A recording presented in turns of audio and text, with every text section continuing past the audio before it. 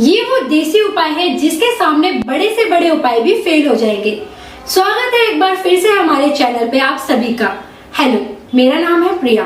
आज की वीडियो में जो उपाय मैं आपसे शेयर करने जा रही हूँ, ये पुरुषों की शीघ्र पतन की परेशानी और ताकत को बढ़ाने के लिए काम करेगा। चलिए तो अब मैं आपको इस उपाय को बनाने के लिए इंग्रेडिएंट्स और इसे बनाना कैसे है वो बता देती हूँ।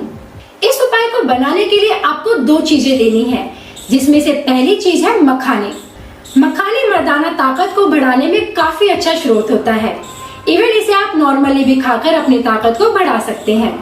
आपको सबसे पहले एक कटोरी मखाने को इस तरह से पीसकर पाउडर तैयार कर लेना है और एक बाउल में 1 चम्मच मखाने का पाउडर लेना है।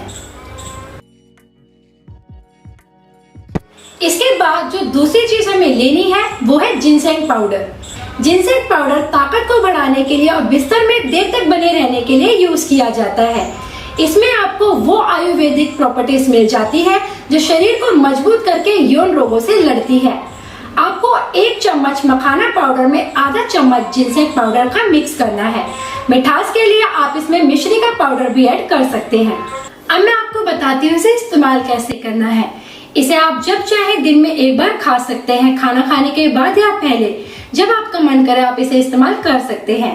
ऐसा आपको डेली करना है जिससे आपको इस उपाय का जल्दी फायदा मिलना शुरू हो जाए।